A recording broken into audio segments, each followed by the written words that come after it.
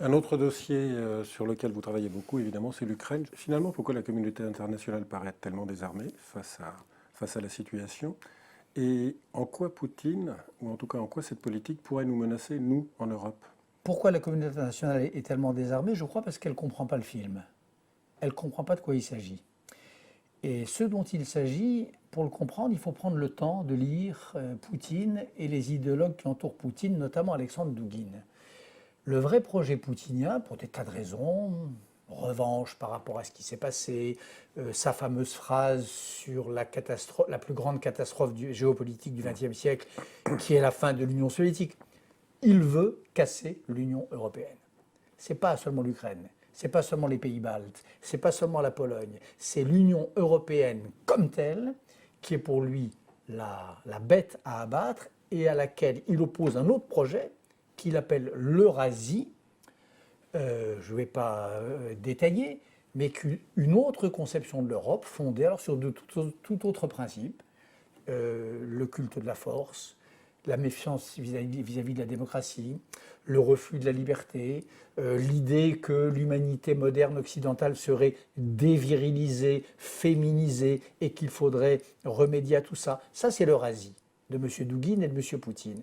Donc, ce que les Occidentaux, à mon avis, ne comprennent pas suffisamment, c'est qu'ils sont menacés par ça. Il faut en prendre conscience parce qu'on est directement concerné. Si l'Europe implose, notre Europe à nous, l'Union européenne, comme en rêve Vladimir Poutine, alors là je vous le signe, c'est encore plus de chômage, encore plus de précarité et probablement du désordre, voire du chaos.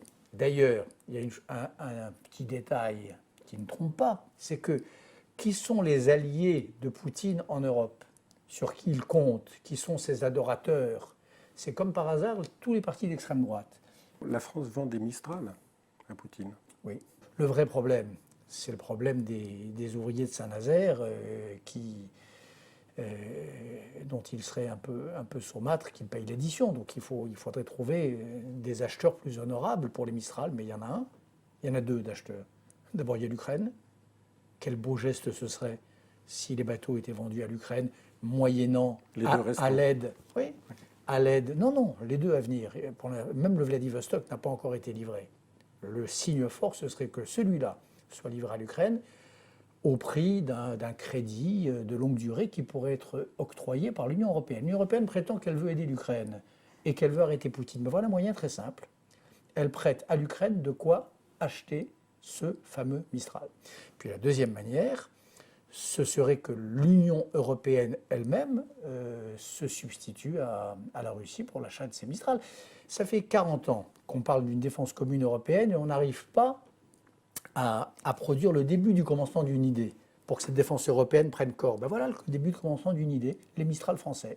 Que l'Union européenne se porte acquéreuse des 4 Mistral français. Voilà, ce sera la première pierre de cette défense européenne dont moi je suis un ardent défenseur, dont je sais que François Hollande est un ardent défenseur et dont je sais que Angela Merkel est également une ardente défenseuse. Eh bien, que l'Europe achète les Mistral.